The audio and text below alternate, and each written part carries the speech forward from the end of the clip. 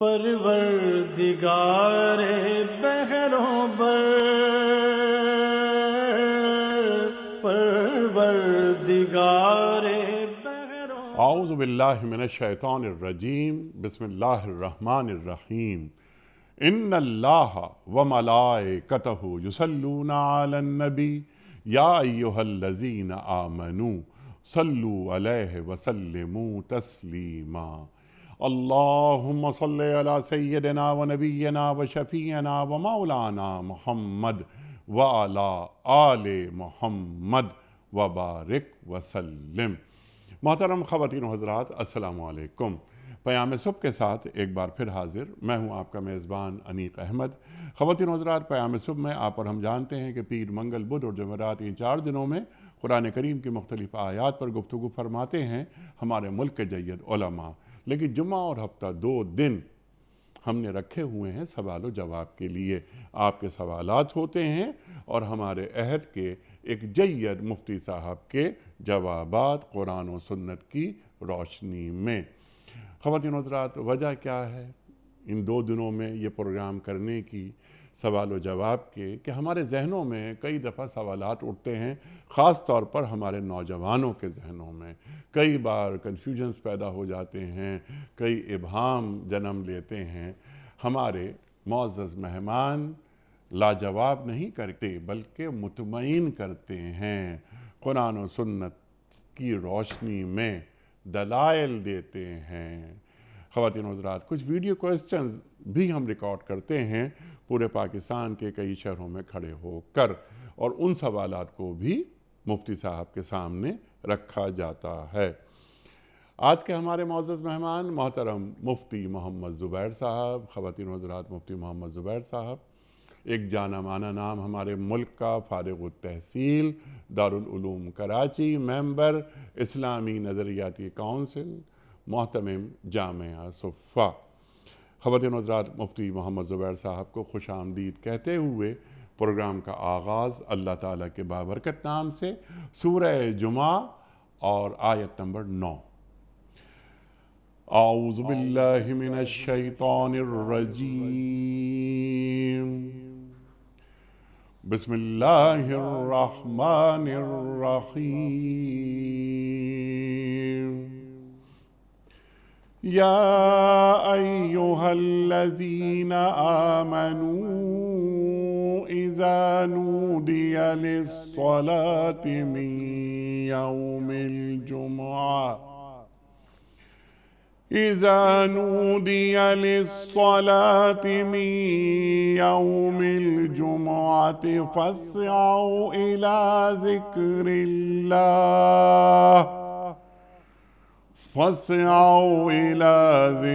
الله وذروا البيع ذلكم خير لكم إن كنتم تعلمون۔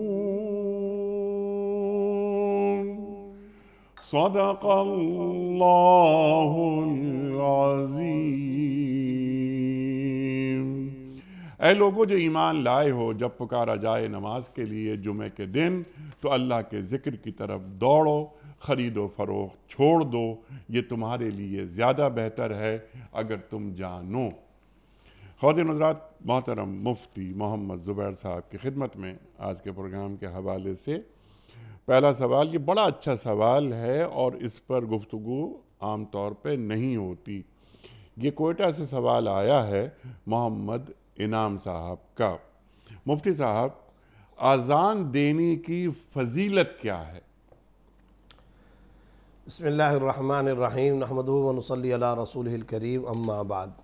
واقعی یہ بہت اہم سوال ہے، اور خاص طور پر ہمارے سماج میں، ہماری سوسائٹی میں اس سوال کی اس وجہ سے بھی اہمیت اور بہت زیادہ بڑھ جاتی ہے کہ ہمارے ہاں معاشرے میں مؤذن کو ایک طرح سے کم تر سمجھا جاتا ہے، اور مؤذن کے کام کو یا اس کے پیشے کو یا اس کے اذان دینے کی تقرری کو یا مؤذن صاحب کو ہمارے ہاں معاشرے کے اندر اس کو ہلکا کام سمجھا جاتا ہے۔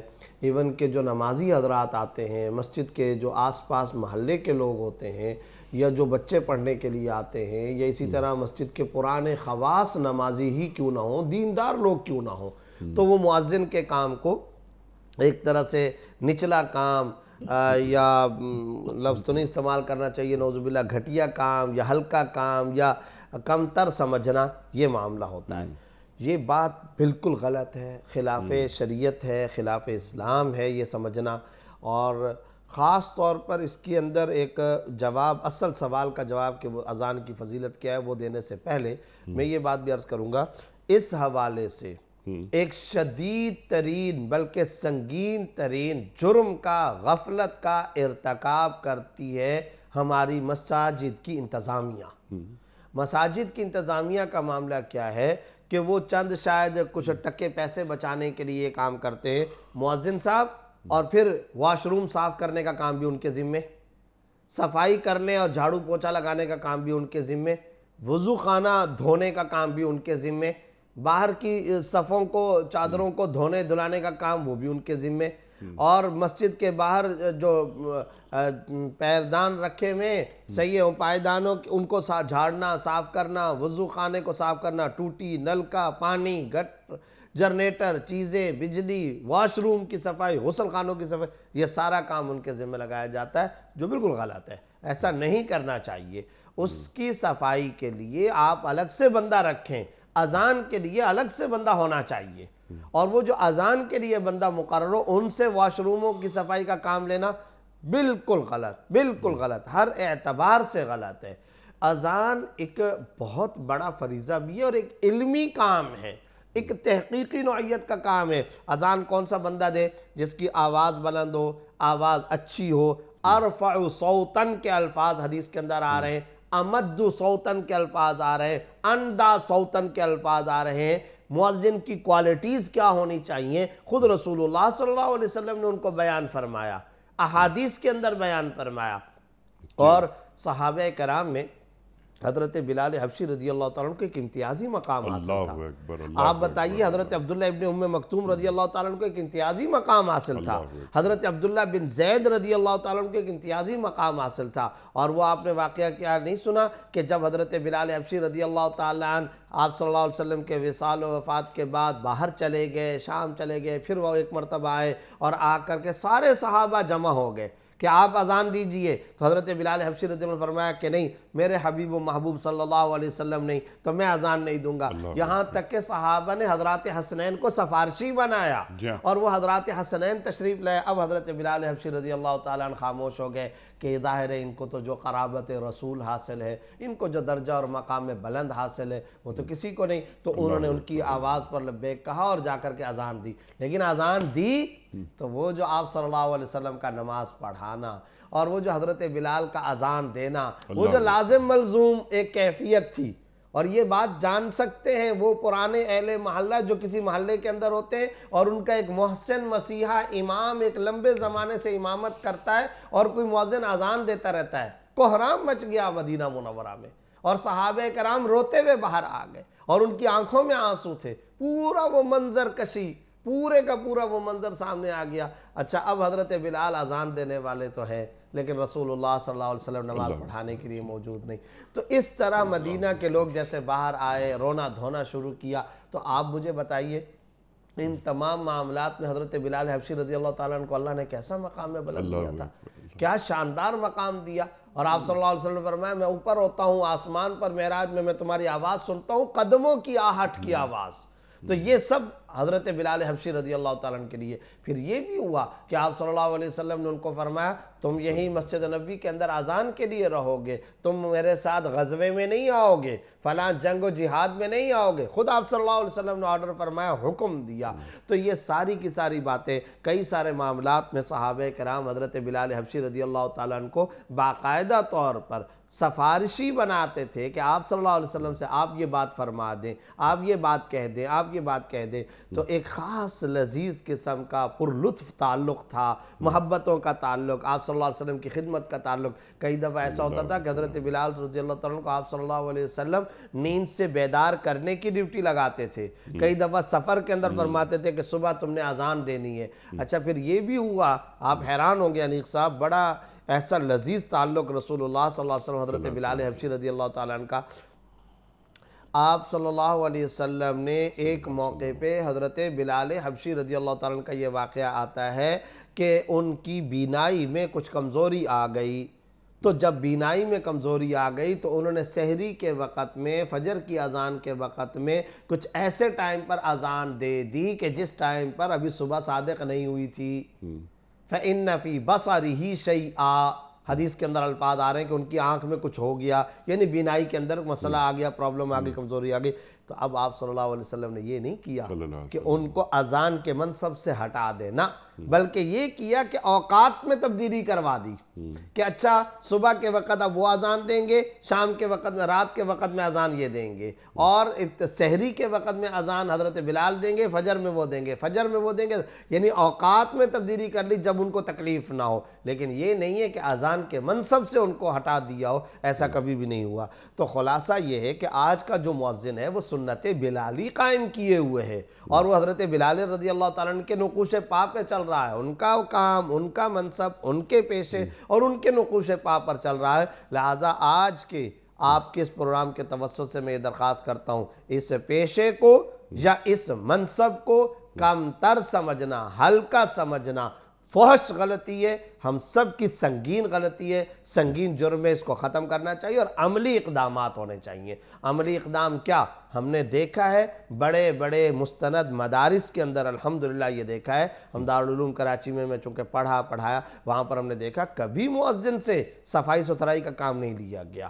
کبھی یہ کام نہیں کیا گیا کہ وہ مؤذن جا کر کے گٹر صاف کرے گا، لائنیں صاف کرے گا، واش روم صاف کرے گا. نہیں، اس کے خدام الگ ہوتے ہیں، اس کے لیے الگ تنخواہیں، اس کے لیے الگ فنڈ، اس کے لیے الگ مقرر. اور جو اذان دینے والا ہے وہ ٹھیک ہے امام کے درجے کا منصب والا تو نہیں، لیکن اس سے نیچے اس کے بعد اگر درجہ ہے تو وہ مؤذن کا درجہ ہے. تو اس کا اہتمام کرنا چاہیے. اور دوسری بات میں یہ بھی عرض کر دوں، عرب ممالک میں الحمدللہ کافی حد تک، لیکن اب تھوڑی تبدیلی آ رہی ہے جو کہ اچھی بات نہیں، لیکن کافی حد تک ہم نے دیکھا وہاں جو اوقاف کے محکمے ہوتے ہیں، وہاں جو مساجد ہوتی ہیں، اس میں مؤذن کے ذمے اس طرح کے کام نہیں ہوتے. بالکل ٹھیک ہے. اور وہ کیا کام کرتے ہیں انیق صاحب؟ ہمارے ہاں تو یہ معاملہ نہیں ہے. یہاں آپ کو ایک لطیفے کی بات بھی بتا دوں.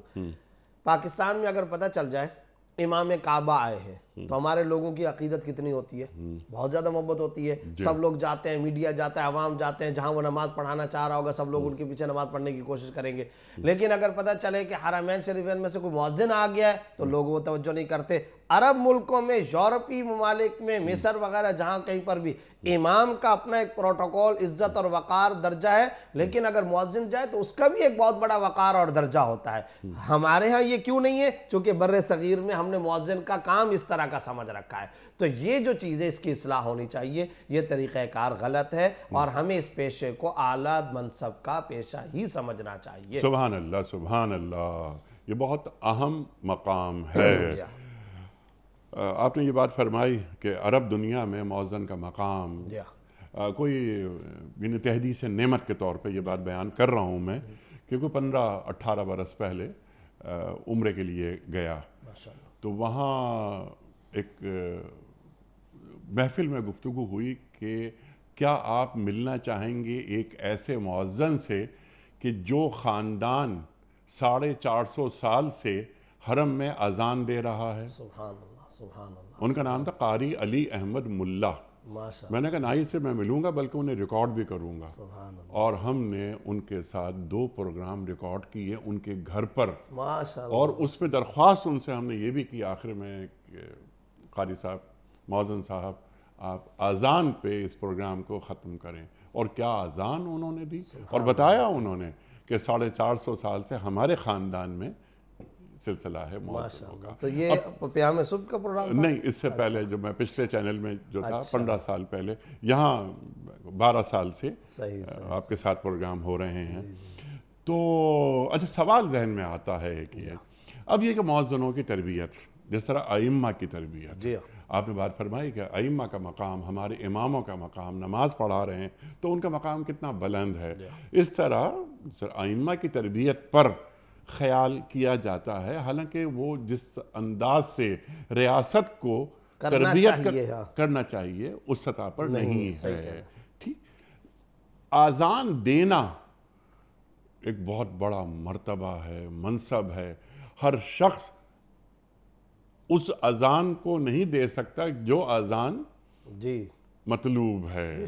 ایک مؤذن جب اذان دیتا ہے، آپ جب حضرت بلال کی بات فرما رہے تھے رضی اللہ تعالیٰ عنہ کی، تو وہ تو بات ہی نہیں ہو سکتی تھی. اور جناب حسنین کریمین نے جس طرح درخواست کی کہ آپ اذان دیجئے، تو حضرت بلال نے ایک بات فرمائی تھی، اللہ اکبر اللہ اکبر، کہ جب میں اشہد ان محمد رسول اللہ پڑھتا تھا تو میں اللہ کے رسول کو دیکھتا تھا صلی اللہ علیہ وآلہ وسلم. اللہ اکبر. آپ اذان دیتے ہوئے بے ہوش ہو گئے تھے. ہاں بالکل اللہ اکبر. تربیت ہم اپنے یعنی ایسا مؤذن ہو کہ جو اذان دے بے نمازی کے بھی قدم اٹھے مسجد کی طرف. یہ ہے اصل بات، یہی ہے. اور اس کی تربیت ہونی چاہیے، اس کے تلفظ، اس کی آواز اور اس کی تجوید یہ بالکل درست ہونی چاہیے. اور میں آپ سے عرض کروں کہ ترمذی کے اندر کتاب الصلاۃ کی بالکل ابتدا کے اندر باب الاذان ہے. آپ حیران ہوں گے اس باب الاذان کے اندر یہ جو اذان دیے جانے کا طریقہ اسلام میں رائج کیا گیا، یہ خواب دیکھا تھا حضرت عبداللہ بن زید نے، لیکن رسول اللہ صلی اللہ علیہ وسلم نے ان کی تحسین فرمائی اور ان کو شہادت حق کا درجہ دیا اور ان کی تعریف فرمائی، مگر ساتھ میں حکم یہ دیا کہ بلال کو حکم دو، بلال کو کہو کہ وہ اذان دے انہو امد صوتاً، ان کی آواز بلند ہے، انہو ارفع صوتاً، ان کی آواز اونچی ہے، بلند ہے. تو آپ دیکھیں حالانکہ اصولی طور پر جس نے خواب دیکھا انہی کو کہہ دیا جاتا کہ آپ ہی اذان دے دیجئے، مگر رسول اللہ صلی اللہ علیہ وسلم نے ان کی تعریف فرمائی، تحسین فرمائی، شہادت حق کی بات فرمائی. حضرت عمر نے فرمایا میں نے بھی خواب دیکھا، ان کی بھی تعریف فرمائی، مگر اذان کے لیے حضرت بلال کا انتخاب ہوا. اچھا پھر حضرت بلال رضی اللہ تعالیٰ عنہ کا جو انتخاب ہوا، آپ صلی اللہ علیہ وسلم نے جو انتخاب فرمایا، اس میں یہ بات باقاعدہ ان کی آواز سے متعلق فرمائی کہ ان کی آواز ایسی ہے. اس سے کیا بات پتہ چلی؟ اس سے یہ بات پتہ چلی کہ ہمیں باقاعدہ مؤذن کو مقرر کرنے سے پہلے اس کی آواز بھی دیکھنی چاہیے کہ وہ آواز اس مطلوبہ درجے کی ہے یا نہیں ہے، تجوید اور تلفظ صحیح ہے یا نہیں. اور بہت سلگتی ہوئی ہمارے معاشرے کی ایک حقیقت ہے، دیہاتوں میں تو خاص طور پر، وہاں وہ بوڑھا ہمارا بزرگ اللہ اس کو خوش سلامت رکھے، ہر گوٹھ میں، ہر دیہات میں، ہر بستی کے اندر وہ بوڑھا جس کی آواز نہ صرف یہ کہ نہیں نکلتی، آواز خراب ہے اور تجوید بھی خراب اور تلفظ بھی خراب اور الفاظ بہت بگاڑ کر کے پڑھ رہا ہے، مسجدوں میں وہی اذان جا کر کے دیتا ہے. تو یہ غلط طریقہ ہے اور یہ ہماری روش قابل اصلاح ہے اور اس روش کی اصلاح کرنا ضروری ہے. اور میں اس بات پر بھی آپ کو مبارکباد دیتا ہوں کہ شکر ہے کہ اتنا اہم ترین معاملہ آج پیام صبح کے اندر یہ اٹھا ہے. اللہ اس کو قبول کرے، اس کی کمپین چلانی چاہیے اور ہماری مساجد انتظامیہ کو اس کی طرف متوجہ ہونا چاہیے. اب میں انہوں نے سوال پوچھا تھا اذان کی فضیلت سے متعلق، تو میں جلدی سے چند حدیثیں بتا دیتا ہوں جس سے آپ کو اندازہ ہوگا کہ یہ منصب کتنا بڑا ہے. ایک حدیث میں آپ صلی اللہ علیہ وسلم نے ارشاد فرمایا کہ المؤذن اطول الناس عنقا یوم القیامہ، قیامت والے دن سب سے اونچی گردن والا اگر کوئی ہوگا تو وہ اذان دینے والا مؤذن ہے. اب اس کے دونوں معنی ہیں. ایک معنی اس کا یہ بیان کیا گیا کہ سب سے زیادہ فخر والی کیفیت میں جو ہوگا، مسرت اور فخر والی، خوشی اور رشک والی کیفیت میں وہ مؤذن ہوگا. دوسرا معنی یہ کہ نہیں عام لوگوں کے درمیان میں اس کی گردن اونچی ہوگی، یہ بھی یہی مفہوم ہے کہ گویا کہ وہ اونچی گردن اٹھا کر کے دیکھے گا اور اس کو یہ منصب دیا جائے گا. یہ ایک حدیث ہے. ایک اور حدیث ہے جس میں آپ صلی اللہ علیہ وسلم نے فرمایا کہ مؤذن قیامت والے دن علی کسبان المسک، مشک کے ٹیلوں پر، عنبر اور مشک کے ٹیلوں پر مؤذن کو بٹھایا جائے گا. یہ بھی آپ صلی اللہ علیہ وسلم نے حدیث کے اندر فرمایا. ایک اور حدیث کے اندر آپ صلی اللہ علیہ وسلم نے فرمایا اور عجیب، اللہم اغفر للائمہ، اللہم ارشد الائمہ واغفر للمؤذنین. اے اللہ اماموں کی رہنمائی فرما، ان کو رشد و ہدایت عطا فرما، ان کی رہنمائی رہبری فرما. واغفر للمؤذنین، اے اللہ مؤذنوں کی مغفرت فرما. مؤذنوں کی بخشش فرما. گویا مؤذنوں کے لیے تو خاص طور پر رسول اللہ صلی اللہ علیہ وسلم نے دعا مانگی ہوئی ہے. تو مشک کے ٹیلوں پر ہوں گے, فخر کی وجہ سے ان کی گردنیں قیامت کے دن اونچی ہوں گی. ان کی بخشش اور مغفرت کے لیے آپ صلی اللہ علیہ وسلم نے دعا مانگی. پھر آپ صلی اللہ علیہ وسلم نے ایک اور حدیث کے اندر فرمایا, جو اذان دے, من اذن 7 سنین کتب لہ براءۃ من النار, 7 سال تک اگر کوئی آدمی اذان دے گا, ہمیشہ کے لیے جہنم سے خلاصی کا پروانہ اس کو دے دیا جاتا ہے. اللہ اکبر. 7 سال, یہ باقاعدہ لفظ حدیث ترمذی کے اندر ہے. من اذن 7 سنین, جو 7 سال تک اذان دے گا, کتب لہ براءۃ من النار, جہنم سے خلاصی کا پروانہ اس کو دے دیا جائے گا. یہ ساری حدیثیں آ رہی ہیں, اور ان حدیثوں اور کئی احادیث ہیں, ان حدیثوں کے اندر آپ صلی اللہ علیہ وسلم نے یہ فضیلت بیان فرمائی ہے. اسی لیے بات یہ ہے کہ ہمارے بہت سارے اکابر کو, بزرگوں کو, علماء کو ہم نے دیکھا کہ وہ کئی مواقع پہ سفر و حضر کے اندر موقع تلاش کرتے ہیں, اور موقع ملتا ہے تو خود اذان دے دیتے ہیں. اور اذان دے دینی چاہیے تاکہ کسی طریقے سے ہم بھی اسی فضیلت کے اندر آ جائیں. لہٰذا یہ اذان دینا بہت باعث اجر و ثواب اور بہت اعلیٰ درجے کا اور قابل فخر پیشہ ہے. لہٰذا اس پیشے کا اسی طرح سے اکرام و احترام ہونا چاہیے. سبحان اللہ, سبحان اللہ, سبحان اللہ, سبحان اللہ, اللہ اکبر. محمد انور صاحب کا سوال ہے اگلا کہ قبر پر کتبہ لگانا جس پر میت کا نام لکھا جائے شرعاً کیسا ہے؟ فقہاء نے لکھا ہے, لا بأس بالکتابہ ان احتیج الیہا بأن لا یذہب اثرہ وأن لا یمتحن. کوئی حرج نہیں ہے قبر پر اگر کوئی کتابت یا کوئی کتبہ لگا دیتا ہے تاکہ اس قبر کا اثر باقی رہے, پتہ رہے کہ بھی یہ فلاں کی قبر ہے, وَأَن لَا يُمْتَحَن, اور دوسرا یہ کہ اس کی توہین نہ کی جائے. تو یہ بات باقاعدہ فقہاء کرام نے لکھی ہے. لہٰذا قبر پر کتبہ لگانا جس پہ نام, تعارف وغیرہ ہو, اس میں کوئی حرج کی بات نہیں, جائز ہے. لیکن انیق صاحب جب یہ پوچھا ہی گیا ہے تو پھر ایک اور اہم مسئلہ ہے جس کی اصلاح اور جس کی طرف ہمیں توجہ دینی چاہیے. وہ یہ کہ بہت سارے لوگ قبر کے اندر جو کتبہ قبر پر لگاتے ہیں اس میں قرآنی آیات لکھتے ہیں, یا حیو یا قیوم, قرآنی آیات, اسی طرح احادیث طیبہ, مقدس اسماء, یہ لکھتے ہیں. یہ نہیں لکھنا چاہیے, مکروہ ہے. اور خاص طور پر اس وجہ سے بھی نہیں لکھنا چاہیے کہ ہمارے ہاں جو قبرستانوں کی حالت ہے اس میں جانور پھرتے رہتے ہیں. پھر جو جانور پھرتے رہتے ہیں وہ پیشاب وغیرہ بھی کرتے رہتے ہیں. تو کبھی جانور بیٹھ رہے ہیں, کبھی پیشاب کر رہے ہیں, کبھی نجاست سے آلودہ کر رہے ہیں, کبھی اس پہ غلاظت سے آلودہ کر رہے ہیں تو اس پہ نجاست پڑ رہی ہے. تو یہ جو چیزیں ہیں, اب آپ نے آیتیں لکھ دیں, کلمہ طیبہ لکھ لیا, کلمہ شہادت لکھ لیا, اسماء حسنہ میں سے کچھ لکھ لیا, کوئی ذکر کی کوئی چیز آپ نے لکھ دی, اللہ کے ناموں میں سے کوئی نام لکھ دیا, تو یہ بالکل قابل توہین ہو جاتا ہے, باعث توہین ہو جاتا ہے. اس طرح کی کوئی چیز نہیں لکھنی چاہیے, اور خام خواہ کی بے اکرامی اور بے احترامی کا ہم ذریعہ نہ بنے. ہاں, سیدھا سادہ اگر آپ نے کتبہ لکھ دیا اور کتبے پر اس کا نام آپ نے کندہ کرا دیا تو اس میں کوئی حرج کی بات نہیں, تاکہ پتہ چلے بہت ساری قبریں ہیں بھئی یہ فلاں کی قبر ہے. دوسرے نمبر پر یہ ہے کہ اس کی تاکہ توہین بھی نہ کی جا سکے. اس مقصد کے لیے بطور نشانی کے اگر کتبہ لگایا جائے تو اس میں کوئی حرج کی بات کوئی حرج نہیں ہے. اچھا مفتی صاحب, یہ قبر کو کچا رکھنا بہتر ہے, یا آج کل ہم دیکھتے ہیں قبرستان جب جاتے ہیں کہ گرینائٹ کی قبریں, اس کی خوبصورت, بڑی زبردست اور عمارت کا اظہار ہوتا ہے. جو بڑے مالدار گھرانے ہوتے ہیں, اہل ثروت, وہ اپنے بزرگوں کی قبروں کو بڑا شاندار خوبصورت بناتے ہیں. تو اجازت ہے؟ نہیں ہے اجازت, بالکل غلط ہے. قبر کو کچا رکھنا بہتر نہیں ہے بلکہ ضروری ہے. اچھا, حدیث کے اندر بھی یہی احکام آتے ہیں, اور واضح طور پر شریعت کا یہ حکم ہے کہ قبروں کو پختہ نہ کرو. یہ بھی الفاظ آتے ہیں کہ قبر پر گنبد نہ بناؤ, ولا تجسس القبور. قبروں کو جیسے کہ ریگزاری ہوتی ہے, نقش و نگار ہوتے ہیں, پھول بوٹے بنائے جاتے ہیں, کلر کیا جاتا ہے, پکا کیا جاتا ہے, سب کی احادیث کے اندر ممانعت آئی ہے.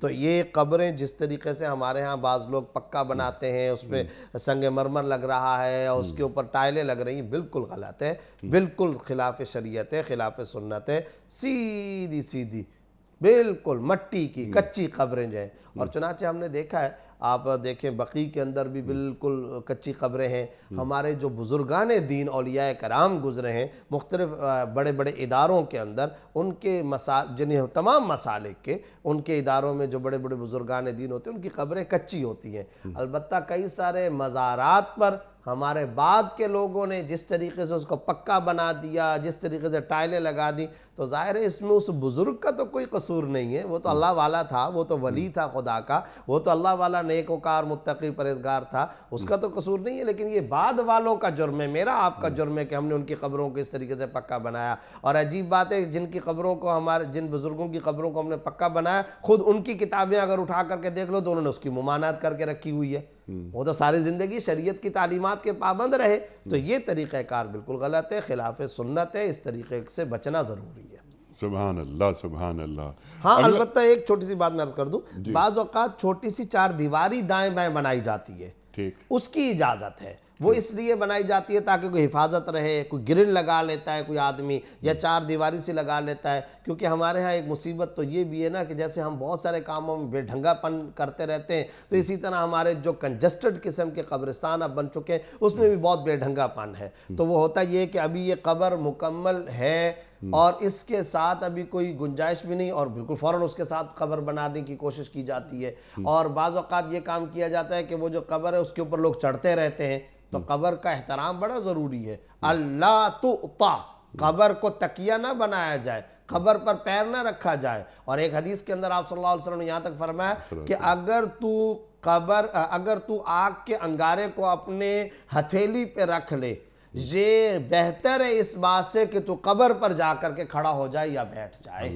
اور یہ بھی فرمایا کہ کسر عظم المیت کا کسر ہی حیًّا، مردے کی ہڈی کو توڑنا ایسے جیسے زندہ انسان کی ہڈی کو توڑنا، یعنی اس کا احترام کیا جائے گا۔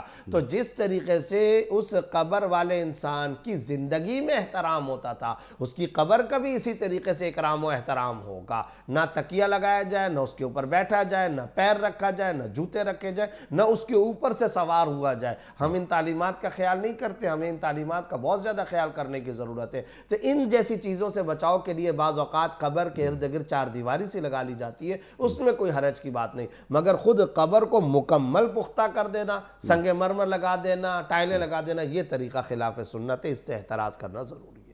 اللہ اکبر، اللہ اکبر۔ اچھا مفتی صاحب، ایک اور چیز ہمارے معاشرے میں آپ ہم سے زیادہ جانتے ہیں کہ قبرستان میں ایک زمین اپنے لیے، اپنے خاندان کے لیے کہ 8 10 15 20 50 قبروں کی مثال کے طور پر وہ بک کرا لی جاتی ہے یا خرید لی جاتی ہے، اس کی اجازت دین دیتا ہے؟ کوئی فرد اپنے لیے کوئی اس طرح کی جگہ اگر مخصوص کرتا ہے کہ یہ والی جو جگہ ہے اس قبر میں جاؤں گا، یہ تو جائز نہیں ہے، ٹھیک ہے، اس طرح تو صحیح نہیں۔ لیکن جو دوسری صورت ہے جس کا آپ ذکر کر رہے ہیں کہ ایک زمین کا ٹکڑا اپنی کمیونٹی کے لیے، اپنی برادری کے لیے، اپنے اہل خانہ کے لیے، اپنے قبیلے کے لیے، وہ جائز ہے، اس میں کوئی حرج کی بات نہیں ہے، اور وہ درست ہے، اس میں کوئی مذائقہ نہیں ہے، کوئی مذائقہ نہیں ہے۔ ایک زمین کا ٹکڑا خریدا جا سکتا ہے، اسے بک کرایا جا سکتا ہے۔ محمد طاہر صاحب ہیں پشاور سے، ان کا سوال یہ ہے کہ وہ زکوٰۃ ان پر فرض ہے، لیکن فی الوقت ان کے پاس پیسے نہیں ہیں زکوٰۃ دینے کے لیے، تو کیا وہ قرض لے کر زکوٰۃ دے سکتے ہیں؟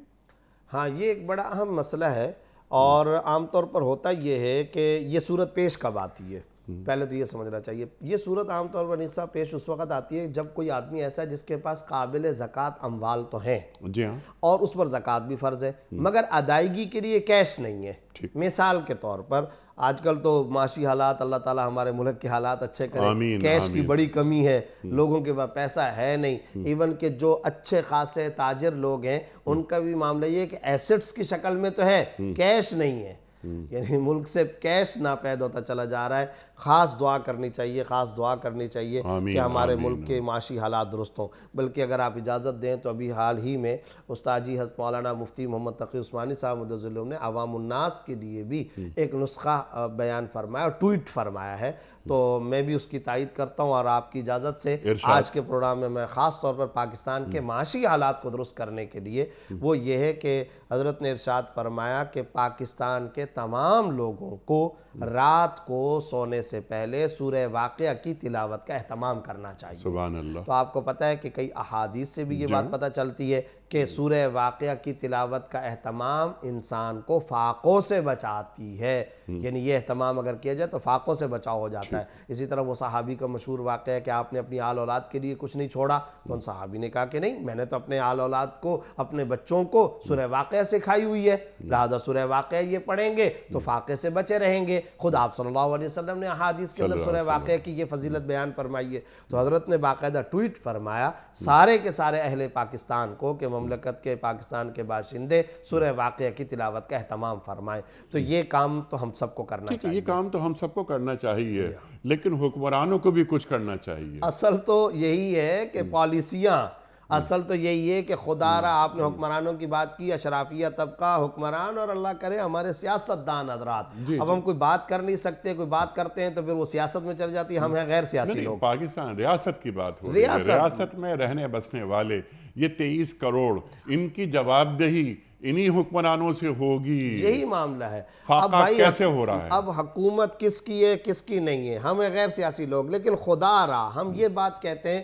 کہ اللہ کے واسطے سیاست کو بعد میں رکھو، حکومت کو بعد میں رکھو، ریاست کو، مملکت کو، پاکستانیت، ملک، وطن عزیز، اپنا گھر، اس کو تو سجاؤ سنوارو، اس کی معیشت کا تو خیال کرو۔ لوگوں کو آٹے کے لالے پڑے ہوئے، لوگ اس وقت مملکت کے باشندے نانے شبینہ کے محتاج ہیں، نانے جوینہ کے محتاج ہیں، بیوی بچوں کے لیے کھانا نہیں ہے، آٹے کا مسئلہ درپیش ہے۔ ہم کہہ رہے ہیں فلاں صوبائی اسمبلی کی سیٹ، فلاں قومی اسمبلی کی سیٹ، فلاں سیاست، فلاں پارٹی، فلاں جماعت، فلاں تنظیم۔ ارے بھائی یہ معاملات کرتے رہنا، کوئی نہیں منع کر رہا، لیکن پہلے ملک کی معیشت تو سنبھالو اور سب آ جاؤ اس کے اوپر۔ خدا کراچی سے خیبر تک جتنی بے یقینی ہم اس وقت دیکھ رہے ہیں، اتنی ہم نے ماضی میں کبھی نہیں دیکھی۔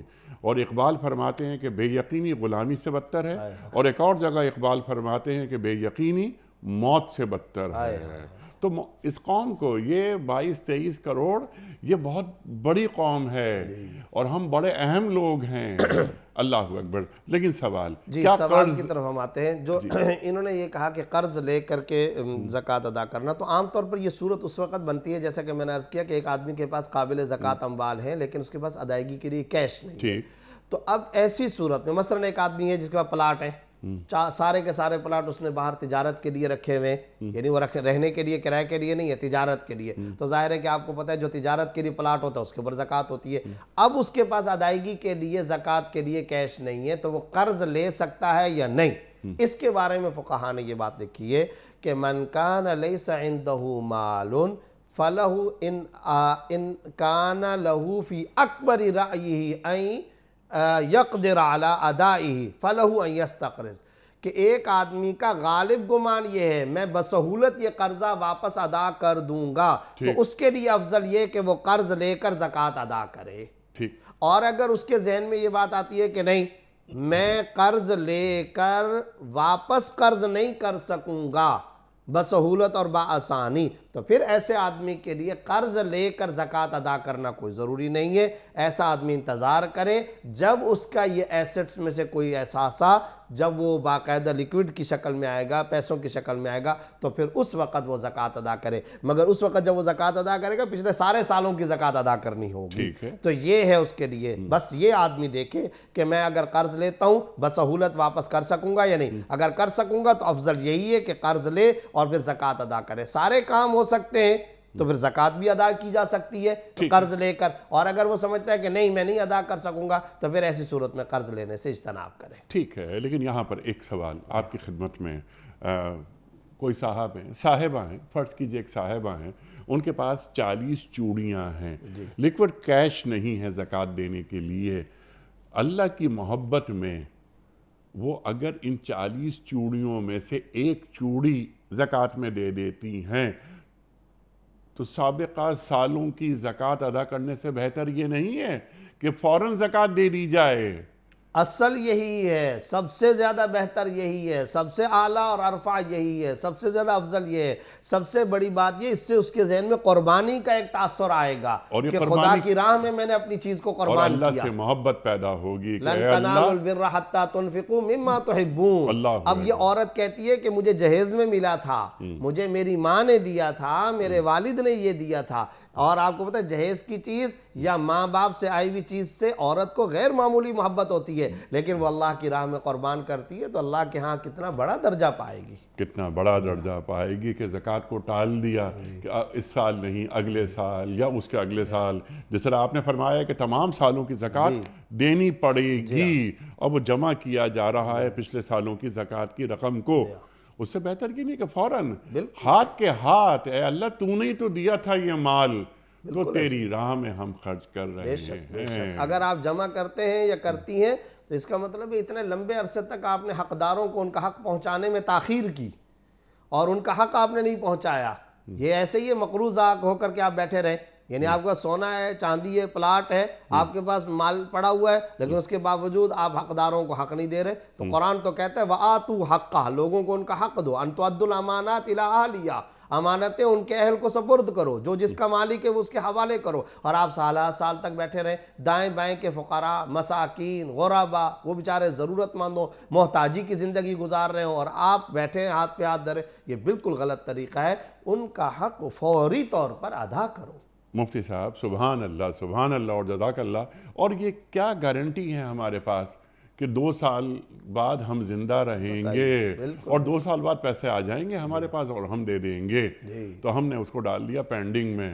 غلط طریقہ ہے، بالکل۔ اچھا، اگر کوئی شخص 2 سال 4 سال زکوٰۃ نہیں دیتا اور جس طرح وہ جمع کر کے پھر دے دے گا، جیسا آپ نے فرمایا اسے دینی ہوگی، اس پہ واجب ہے۔ اگر کسی شخص کا انتقال ہو جاتا ہے اور وہ زکوٰۃ نہیں دے پایا تو اس کے ساتھ کیا معاملہ ہوگا؟ ایسی صورت میں بعد والے ورثاء پر اس کی وہ سابقہ زکوٰۃ ادا کرنا لازم نہیں ہے۔ اچھا، وہ اب مال اس کی ملکیت سے خارج ہو چکا، اچھا، مرتے ہی سانس نکلتے ہی وہ سارے کا سارا مال ورثاء کی ملکیت میں ٹرانسفر ہو چکا ہے۔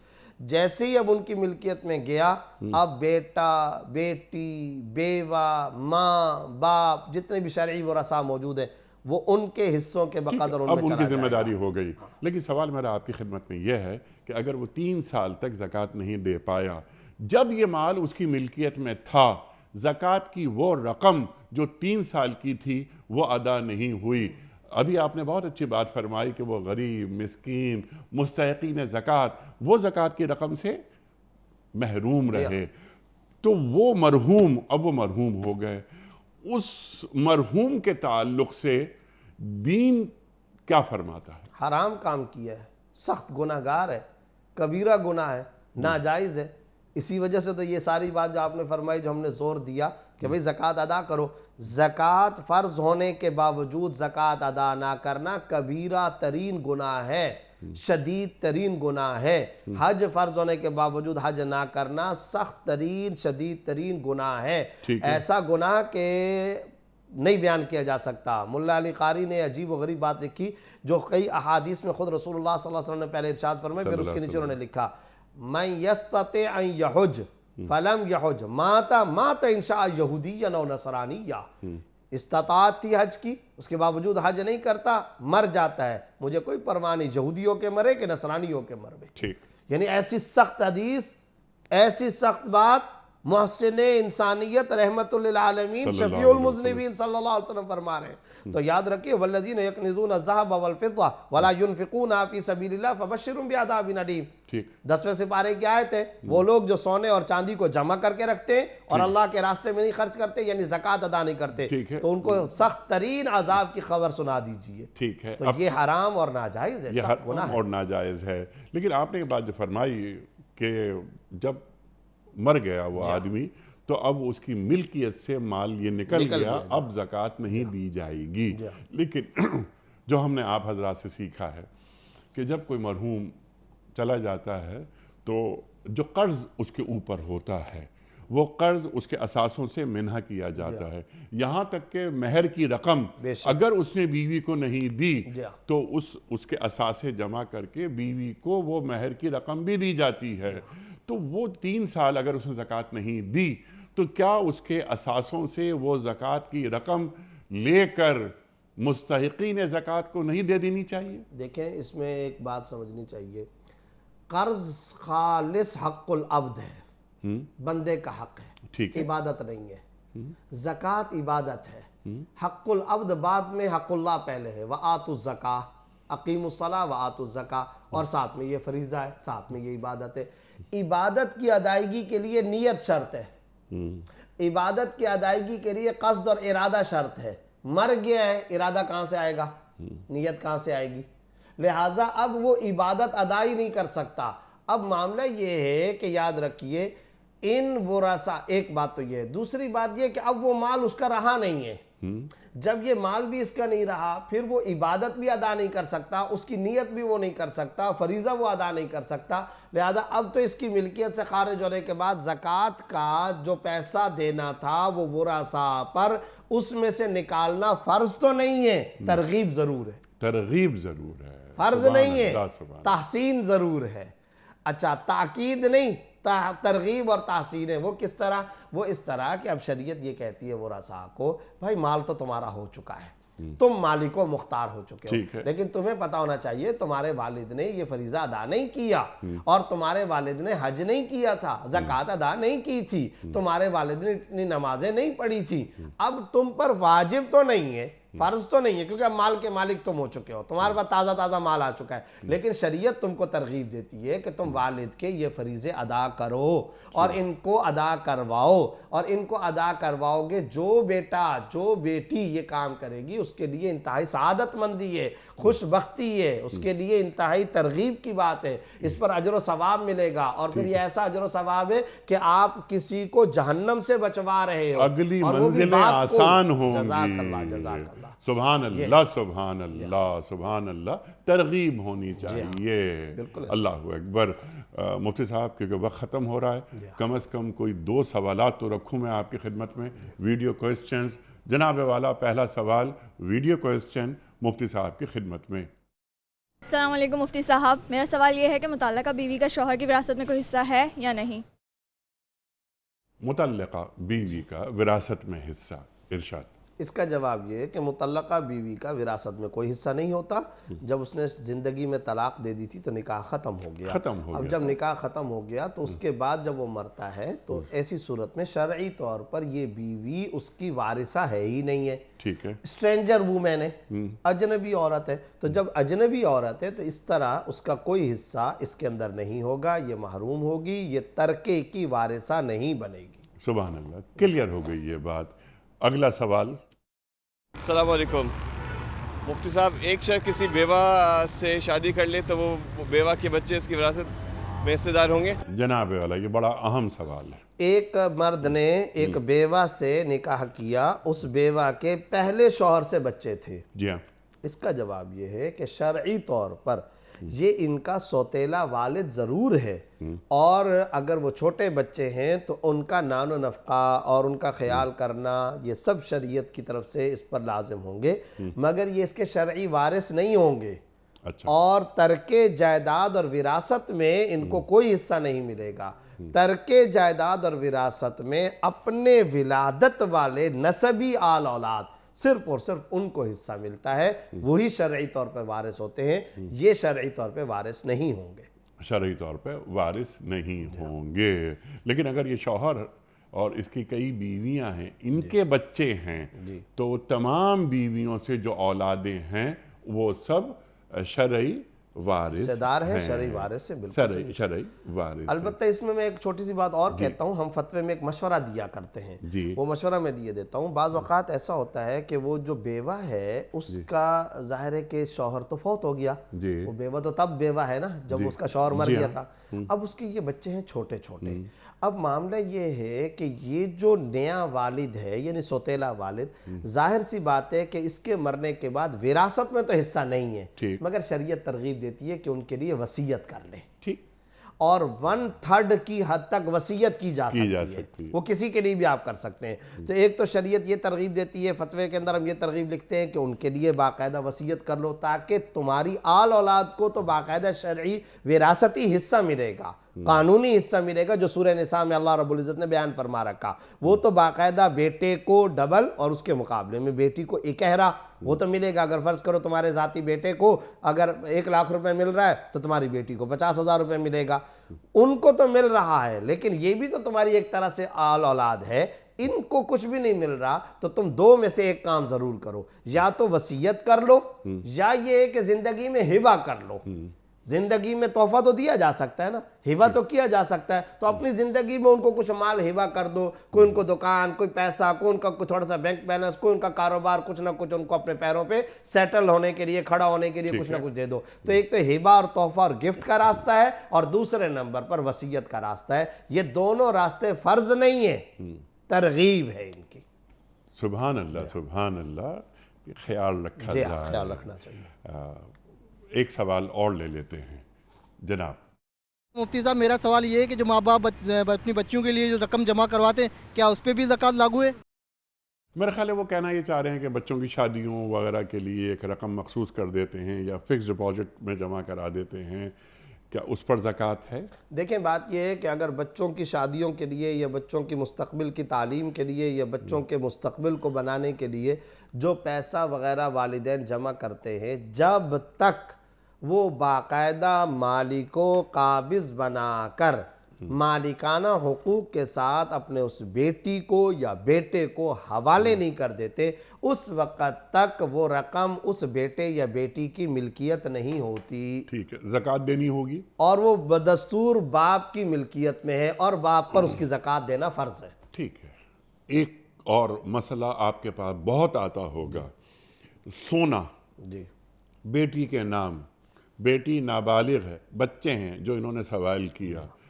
اب بہت سے لوگ ہمارے معاشرے میں یہ کرتے ہیں کہ صاحب ایک سونا لیا 10 تولے، وہ سونا رکھ دیا، بیٹی جو ابھی 6 برس کی ہے اس پہ زکوٰۃ نہیں دی جاتی، مالکانہ حقوق والدین کے پاس ہیں، بچی ہے اس کے نام ہے، نابالغ ہے، نابالغ پہ زکوٰۃ ہی نہیں ہے، تو وہ زکوٰۃ سے بچ جاتے ہیں۔ تو یہ اجازت اس کی ہے یا اللہ کو دھوکہ دیا جا رہا ہے؟ بالکل غلط ہے، خلاف شریعت ہے، ناجائز ہے، اس کی زکوٰۃ فرض ہے، اور جب تک اس کی زکوٰۃ ادا نہیں کریں گے گویا کہ آپ نے مال کے ایک بڑے حصے کی زکوٰۃ ادا نہ کرنے کا گناہ کیا، اور مسلسل یہ ارتکاب کرتے ہوئے آ رہے ہیں۔ بچی 5 سال 4 سال کی ہے اور اس کی شادی ہونی ہے 25 سال میں، 20 سال میں، اس وقت تک آپ نے یہ زکوٰۃ نہیں دی ہے، تو یہ آپ نے حرام کا ارتکاب کیا۔ ادھر آپ نے حقداروں کا حق مارا، غرباء فقراء مساکین کا حق مارا، ادھر آپ نے ہر سال اللہ کے حکم کو توڑا ہے، اس کے آپ مرتکب ہوئے ہیں، حرام اور ناجائز ہے، اس کی زکوٰۃ دینا فرض ہے۔ اور دوسری بات یہ ہے، آپ نے ارادہ کیا ہے نا کہ یہ میں بچی کو دوں گا، بچی کو دیا تو نہیں ہے، بچی کو مالک تو نہیں بنایا، بچی اس کو قابض تو نہیں ہو گئی ہے۔ جب وہ مالکانہ حقوق کے ساتھ مالک کو قابض بنا کر بچی کے آپ نے حوالے نہیں کیا، یا اس طریقے سے آپ نے اس کو نام نہیں کیا کہ اب ہر صورت میں یہی بچی اس کی ملکیت ہے، تو جب تک آپ نے اس کی ملکیت نہیں کر کے رکھا تو وہ دستور وہ باپ کی ملکیت ہے۔ جب وہ باپ کی ملکیت ہے تو اس کی زکوٰۃ ادا کرنا شرعاً فرض ہے۔ اگر ملکیت میں دے دیا تو پھر نہیں ہوگی، یہ بڑی اہم بات ہے۔ اگر وہ بچی کی ملکیت میں دے دیا، لیکن انیق صاحب پھر اس میں ایک بات ذہن میں رکھنی ہوگی کہ ہر چیز کا جو آپ نے فیصلہ کیے نا، پھر اس کے اثرات بھی آئیں گے، پھر اس کے اثرات اور ایفیکٹس بھی آئیں گے، پھر آپ کو وہ قبول کرنا پڑے گا۔ مثلا ابھی آپ نے کہا اگر بچی کی ملکیت میں دے دیا، تو پھر یاد رکھیں بچی کی ملکیت میں دے دیا، جب تک وہ بچی بالغ نہیں ہوتی اس کی زکوٰۃ تو نہیں دینی پڑے گی آپ کو، مگر اب آپ اس سونے کو ہاتھ نہیں لگا سکتے، استعمال نہیں کر سکتے، کسی اور بچے کو بھی نہیں دے سکتے، بوقت ضرورت بھی نہیں خرچ کر سکتے، اور جب تک بچی بالغ نہیں ہوتی قرض بھی نہیں لے سکتے۔ آپ پر جتنی ہی مشکل آئی ہوئی اب آپ اس کو یوز نہیں کر سکتے، اور یہ بھی نہیں ہو سکتا کہ بچیوں کے لیے رکھا تھا، بچوں کے لیے رکھا تھا، تو اب چونکہ یہ بچی ہے اس کے بجائے میں اس بچی کو دے دوں، یہ بھی نہیں ہو سکے گا۔ جس کے لیے آپ نے طے کیا پھر وہی مالک و مختار ہے، آپ کے ہاتھ پاؤں کٹ چکے ہیں، ٹھیک، اب آپ کی وہ چیز ملکیت ہی نہیں رہی ہے، اور بچی جو فیصلہ کرے گی وہی ہوگا، وہی ہوگا، وہی ہوگا، چاہے وہ بالغ ہو چاہے وہ نابالغ ہو۔ تو اب یہ یاد رکھیں کہ پھر آپ کو اس میں سے جو فیصلہ کرنا ہے نا، پھر اس حکم شرعی کے اگلے اثرات اور ایفیکٹس کو بھی قبول کرنا ہوگا۔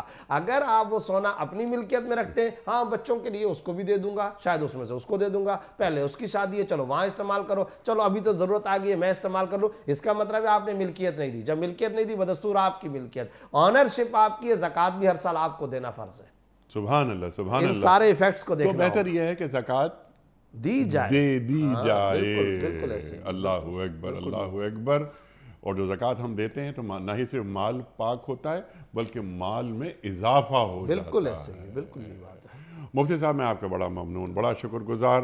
خواتین و حضرات، اللہ تعالی ہمارے علماء کو سلامت رکھے. تشریف لاتے ہیں اور ہمارے اور آپ کے پوچھے گئے سوالات کے شافی جوابات قرآن و سنت کی روشنی میں عطا فرماتے ہیں. خواتین و حضرات، ہم اکثر عرض کرتے ہیں کہ انفس و آفاق کا کوئی ایک مسئلہ بھی ایسا نہیں جس کا حل ہمارا دین عطا نہ کرتا ہو. بس سوال رکھے جائیں کسی اہل ذکر کی خدمت میں اور ان سے شافی جوابات لیے جائیں. خواتین و حضرات، واقعہ مکمل ہوا ہمارے آج کے پروگرام کا. آپ اور ہم جانتے ہیں کہ پیام صبح کا اختتام ہوتا ہے روزانہ ایک قول پر، اور وہ قول ہوتا ہے صاحب نہج البلاغہ امیر المومنین حضرت علی مرتضیٰ کرم اللہ وجہہ کا. آپ فرماتے ہیں صلہ رحم سے نعمت کا نزول ہوتا ہے. اللہ اکبر. صلہ رحم سے نعمت کا نزول ہوتا ہے. سبحان اللہ سبحان اللہ. اپنے میزبان انیق احمد کو کل تک کے لیے اجازت دیجیے. خدا حافظ. پروردگار بحروں بر